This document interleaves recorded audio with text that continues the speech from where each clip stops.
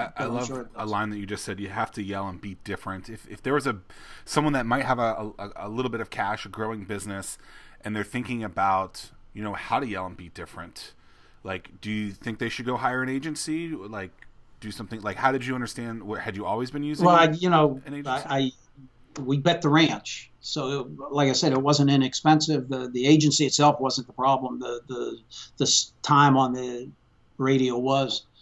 They buy differently. I'm always intrigued by any grassroots effort. I love the Liberty tax guys. Mm-hmm. Out in the corners, things like that. I think are very effective.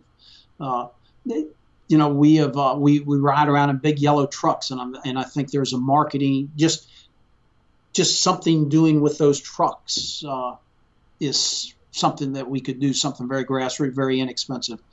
So I don't necessarily think that you have to uh, spend millions of dollars or hundreds of thousands of dollars to have the same impact. I think there's a lot of you just got to be challenge yourself to be unique and different and come up with some idea and truly stick with it, and Have you go from there. have you ever lost 6 or 7 figures on some sort of marketing campaign that didn't work? Well, once again, I'll go back when we were doing the direct mail.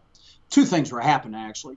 We were doing the direct mail and it was failing, and we knew it. And if for the other reason, we really would have been alarmed. The other thing going in our favor was at the time, the federal government had incentives for the homeowners to get involved in higher efficiency heating and cooling equipment, which really drove our market for a 2-year period of time. So as the direct marketing was tanking, our sales continued to increase because of the incentives from the government.